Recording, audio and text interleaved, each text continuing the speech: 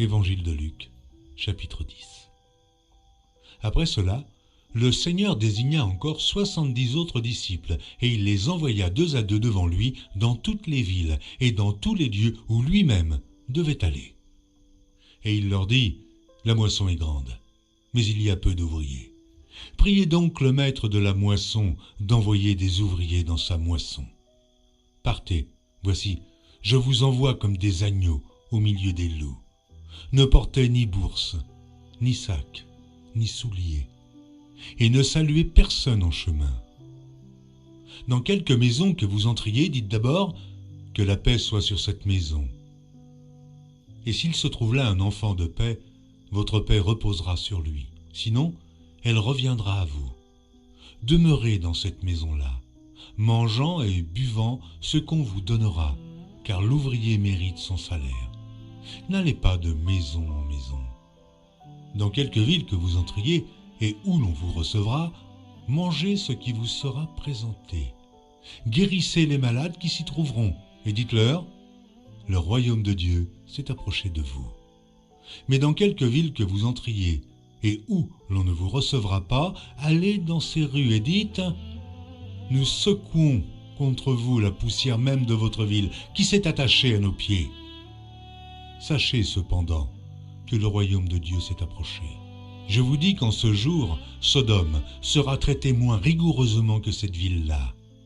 Malheur à toi, Chorazin, malheur à toi, Bethsaïda, car si les miracles qui ont été faits au milieu de vous avaient été faits dans Tyr et dans Sidon, il y a longtemps qu'elle se serait repentie en prenant le sac et la cendre.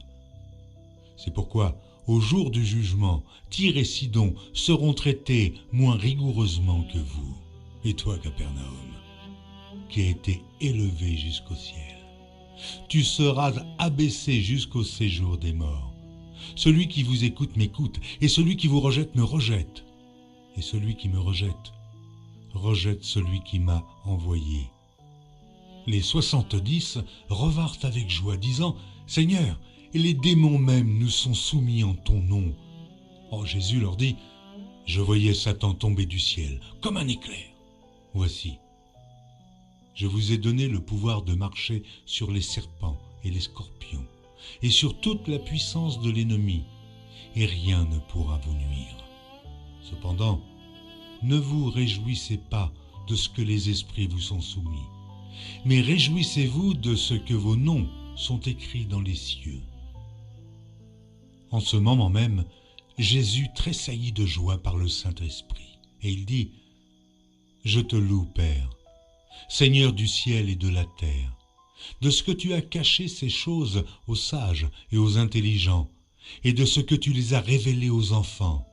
Oui, Père, je te loue de ce que tu l'as voulu ainsi. Toutes choses m'ont été données par mon Père, et personne ne connaît qui est le Fils, si ce n'est le Père, ni qui est le Père, si ce n'est le Fils, et celui à qui le Fils veut le révéler. » Et, se tournant vers les disciples, il leur dit en particulier, « Heureux les yeux qui voient ce que vous voyez. Car je vous dis que beaucoup de prophètes et de rois ont désiré voir ce que vous voyez et ne l'ont pas vu, entendre ce que vous entendez et ne l'ont pas entendu. » Un docteur de la loi se leva et dit à Jésus pour l'éprouver, « Maître, que dois-je faire pour hériter la vie éternelle ?» Jésus lui dit, « Qu'est-il écrit dans la loi? Qui lis-tu » Il répondit, « Tu aimeras le Seigneur ton Dieu de tout ton cœur, de toute ton âme, de toute ta force et de toute ta pensée, et ton prochain, comme toi-même. » « Tu as bien répondu, lui dit Jésus, fais cela, et tu vivras. » Mais lui, voulant se justifier, dit à Jésus, « Et qui est mon prochain ?» Jésus reprit la parole et dit, « Un homme descendait de Jérusalem à Jéricho.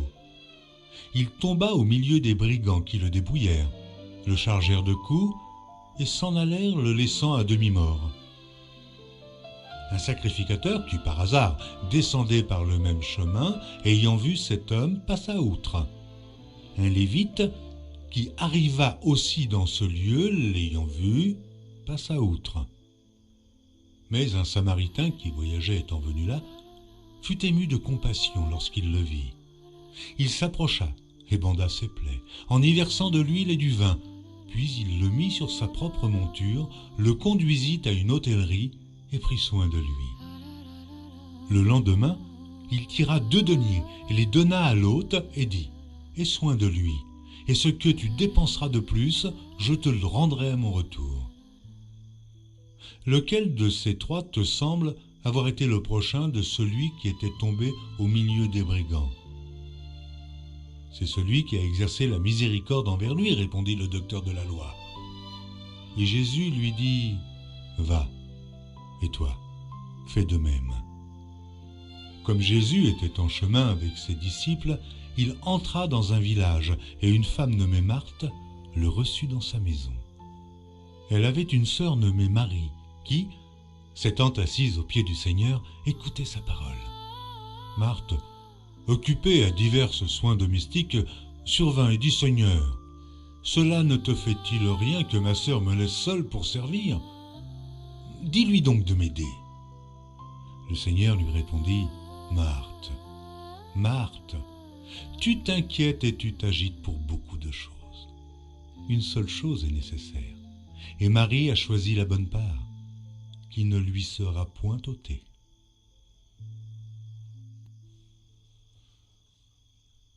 Évangile de Luc, chapitre 11. Jésus priait un jour en un certain lieu. Lorsqu'il eut achevé, un de ses disciples lui dit « Seigneur, enseigne-nous à prier, comme Jean l'a enseigné à ses disciples. »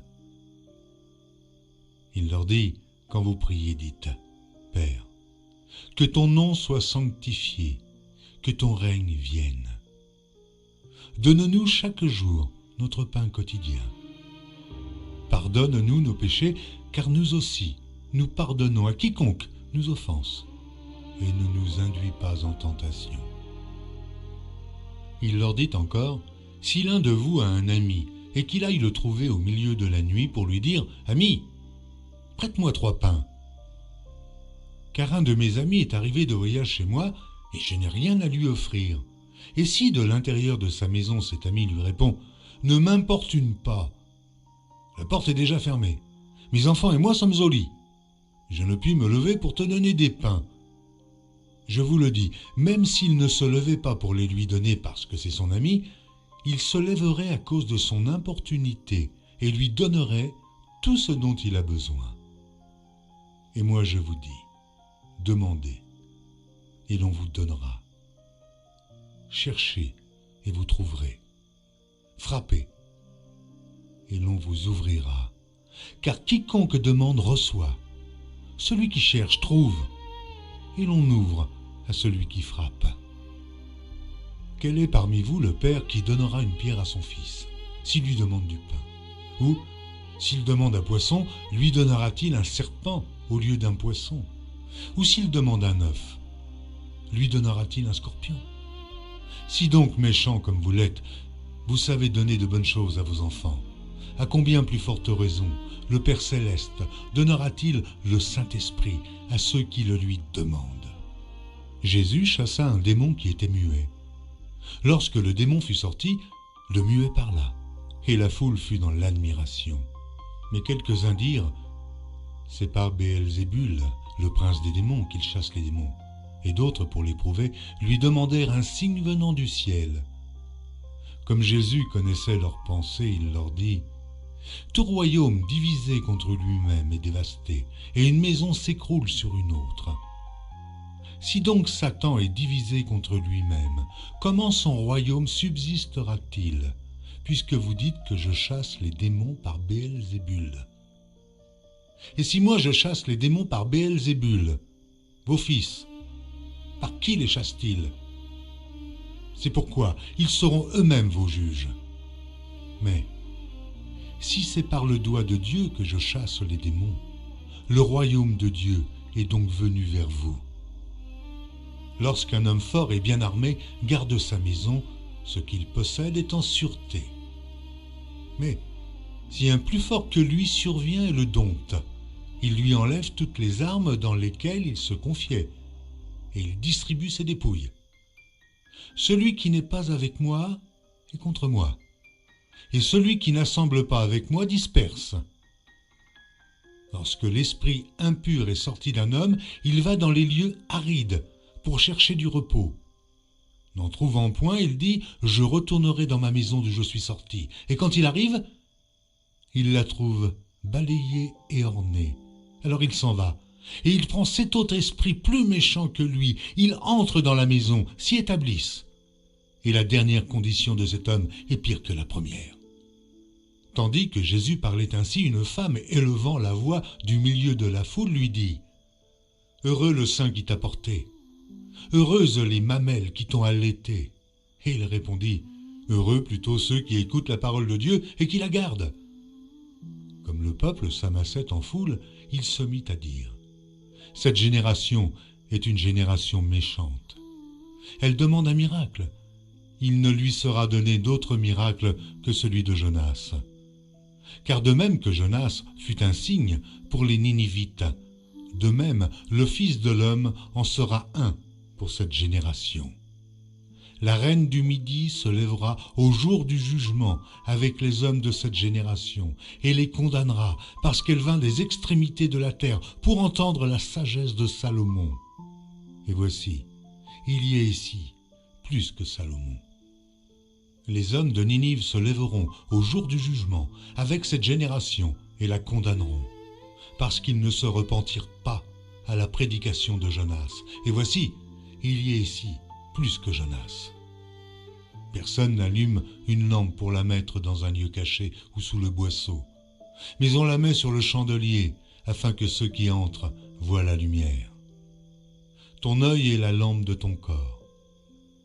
Lorsque ton œil est en bon état, tout ton corps est éclairé. Mais lorsque ton œil est en mauvais état, ton corps est dans les ténèbres. Prends donc garde que la lumière qui est en toi ne soit ténèbres. Si donc tout ton corps est éclairé, n'ayant aucune partie dans les ténèbres, il sera entièrement éclairé, comme lorsque la lampe t'éclaire de sa lumière. Pendant que Jésus parlait, un pharisien le pria de dîner chez lui. Il entra et se mit à table. Le pharisien vit avec étonnement qu'il ne s'était pas lavé avant le repas. Mais le Seigneur lui dit « Vous, pharisiens, vous nettoyez le dehors de la coupe et du plat, et à l'intérieur, vous êtes plein de rapine et de méchanceté. Insensé. Celui qui a fait le dehors n'a-t-il pas fait aussi le dedans? Donnez plutôt en aumône ce qui est dedans. Et voici, toutes choses seront pures pour vous. Mais malheur à vous, pharisiens, parce que vous payez la dîme de la menthe, de la rue et de toutes les herbes, et que vous négligez la justice et l'amour de Dieu. C'est là ce qu'il fallait pratiquer, sans omettre les autres choses. Malheur à vous, pharisiens, parce que vous aimez les premiers sièges dans les synagogues et les salutations dans les places publiques. Malheur à vous, parce que vous êtes comme les sépulcres qui ne paraissent pas et sur lesquels on marche sans le savoir.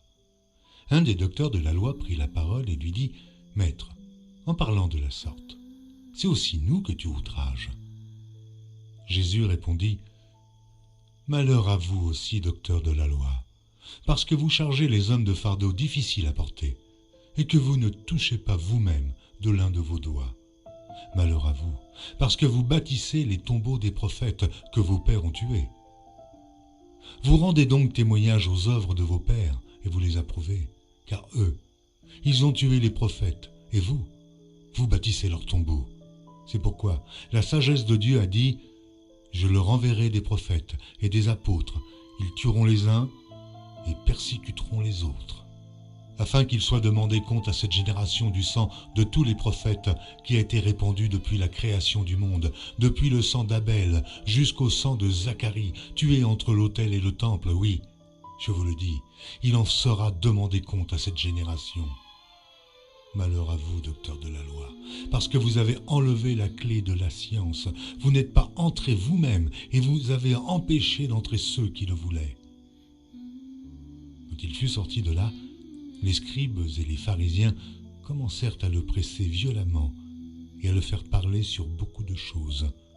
lui tendant des pièges pour surprendre quelques paroles sorties de sa bouche.